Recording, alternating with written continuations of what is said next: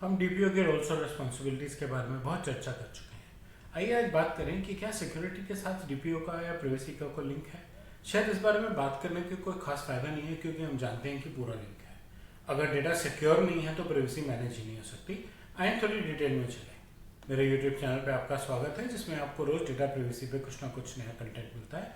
और आज हम बात कर रहे हैं कि डीपीओ के रोल और सिक्योरिटी का आपस में क्या रिश्ता है और कैसे निभाया जाना चाहिए।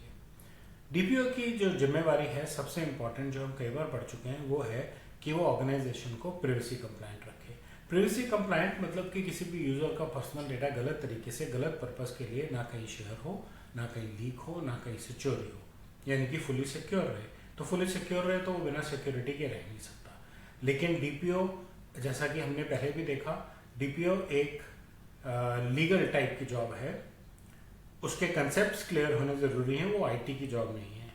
तो इसलिए डीपीओ के आदमी को डेटा सिक्योरिटी में मास्टर होने की ज़रूरत नहीं है, लेकिन उसके पास इस चीज़ का फ्रेमवर्क होना चाहिए कि जो भी कंप्लायंसेस उसकी ऑर्गेनाइजेशन को मीट करनी है, उन कंप्लायंसेस के हिसाब से सिक्योरिटी के क्या बेस्ट प्रैक्टिसेस और प्रिंसिपल्स हैं, जिससे कि वो अपनी कंपनी से उनको इम्प्लीमेंट करा सके, अपने आईटी वालों से और नॉन आईटी वालों से भी।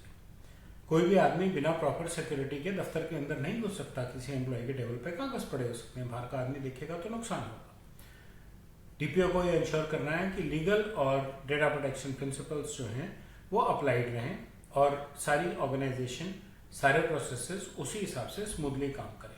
उसके काम की 4 की एरियाज क्या हैं: risk management, breach management, third party vendors और प्राइवेसी बाय डिजाइन।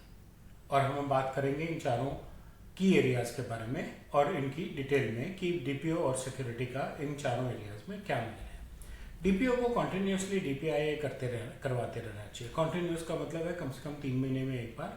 पर ये फैसला आप इस चीज़ से कर सकते हैं कि आप कितना पर्सनल इंफॉर्मेशन प्रोसेस करते हैं और वो इन्फॉर्मेशन कितनी सेंसिटिव है। तो अगर बहुत ज़्यादा सेंसिटिव पर्सनल इंफॉर्मेशन है तो 6 महीने में एक बार या शायद 3 महीने में एक बार, तो वो आप तय कर सकते हैं अपने डेटा के हिसाब से।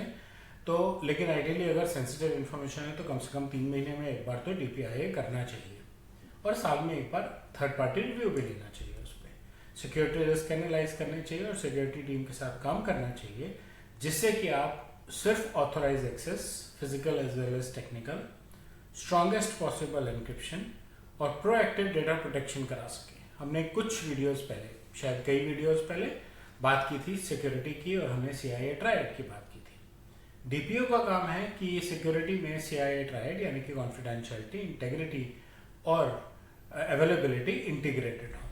उसको रेगुलर ऑडिट्स करने चाहिए, जिससे कि वो कंप्लायंस इंश्योर कर सके। फिर बात आती है ब्रीच की। ब्रीच हुआ, इंसिडेंट हुआ, उसको ब्रीच में क्वालिफाई करना है। कौन करेगा? डीपीओ करेगा। लेकिन डीपीओ को ये भी जानना है उसका इम्पैक्ट क्या है, तो सिक्योरिटी की तो जरूरत है। उस इम्पैक्ट को हमने मिनिमाइज कैसे किया? क्या डेटा गायब हुआ, क्या डेटा डैमेज हुआ, क्या डैमेज हुआ है या गायब हुआ है या दोनों चीज़ें हुई हैं, ये सारी इन्फॉर्मेशन बिना सिक्योरिटी टीम के नहीं मिल सकती। डीपीओ को तो सिर्फ ये इंश्योर करना है कि उसको सारी इन्फॉर्मेशन मिल सके, जिससे कि वो प्रॉपर एनालिसिस करके GDPR की डेफिनेशन में 72 घंटे के अंदर डेटा सब्जेक्ट और रेगुलेटर्स दोनों को बता सके कि हमारे यहाँ ये ब्रीच हुआ है और इसका ये इम्पैक्ट है और इसको हम ऐसे ठीक कर रहे हैं। तो सिक्योरिटी फंक्शंस ऑटोमेटिकली इंटीग्रेट हो जाते हैं। और GDPR, जैसे मैंने कहा, 72 घंटे के अंदर बताना जरूरी है। तो इसलिए ऑर्गेनाइजेशन के अंदर एक रोबस्ट ब्रीच डिटेक्शन और मिटिगेशन प्लान क्या है पोस्ट ब्रीच, ये दोनों चीज़ें होनी बहुत ज़रूरी है। उसके बाद बात आती है privacy by design. Privacy by design पे भी मेरे पास एक पूरी सीरीज है वीडियोस की। आपको इंश्योर करना है कि प्राइवेसी बाय डिज़ाइन के प्रिंसिपल्स आपके सिस्टम के अंदर बिल्ट हैं। Systems are ready from initial setup itself. आप जब नया प्रोसेस अपनी कंपनी में डालें कुछ भी करने का, उसमें प्राइवेसी के एलिमेंट पहले दिन से ही हैं, जिससे कि किसी को भी कोई दिक्कत ना आए प्राइवेसी फॉलो करने के लिए। सिक्योरिटी की हेल्प चाहिए, बिल्कुल चाहिए। एन्क्रिप्शन में चाहिए, मिनिमाइजेशन में चाहिए, एनोनिमाइजेशन में चाहिए, बहुत सारे सिक्योरिटी प्रोटोकॉल्स हैं। एक्सेस कंट्रोल में चाहिए, अनऑथराइज एक्सेस आप अलाउ नहीं करना चाहते, जिससे कि ब्रीच के रिस्क रिड्यूस हो सके। फिर बात आती है वेंडर और थर्ड पार्टीज की। वेंडर और थर्ड पार्टी क्यों जरूरी है? डेटा तो मैं कलेक्ट कर रहा हूँ, नाम तो मेरा लग रहा है और प्रोसेस कोई और कर रहा है, तो मुझे उसकी कंप्लायंसेस देखनी जरूरी है। कंप्लायंसेस देख लेना और कॉन्ट्रैक्ट अच्छा बनाना, ये सिर्फ इतनी सी नौकरी नहीं है एक डीपीओ की। डीपीओ को इंश्योर करना है कि वो फॉलो हो रहा है। उसको इंश्योर करना है कि वो जाने कि थर्ड पार्टी डेटा कैसे स्टोर कर रही है, कैसे प्रोसेस कर रही है, क्या सिक्योरिटी मेजर्स यूज़ कर रही है, और फिर से उसको एक आईटी स्पेशलिस्ट, एक सिक्योरिटी स्पेशलिस्ट की ज़रूरत है जो एन्क्रिप्शन और एनोनिमाइजेशन में उसकी हेल्प करे, स्टोरेज को सिक्योर रखने में उसकी हेल्प करे, ब्रीच रिपोर्ट करने में उसकी हेल्प करे। Vendor security is a very very critical aspect when it comes to privacy as well as security. बहुत ज़रूरी है। वेंडर डेटा ठीक से रखता है कि नहीं, इससे रेपुटेशन तो आपकी भी डैमेज हो सकती है। तो नेट में सीधी सी बात है, बिना सिक्योरिटी के प्रिवेसी नहीं बन सकती है ना। तो इसलिए प्रिवेसी के ऑफिसर्स के लिए, डीपीओस के लिए ज़रूरी है कि वो सिक्योरिटी टीम के साथ अलाइंड रहे, उनके ऑडिट्स रेगुलरली कराएं, उनके ऑडिट्स के रिजल्ट्स को खुद भी बैठ के एनालाइज करें, उनके सिक्योरिटी मेजर्स को इम्प्रोवाइज करने में हेल्प करें।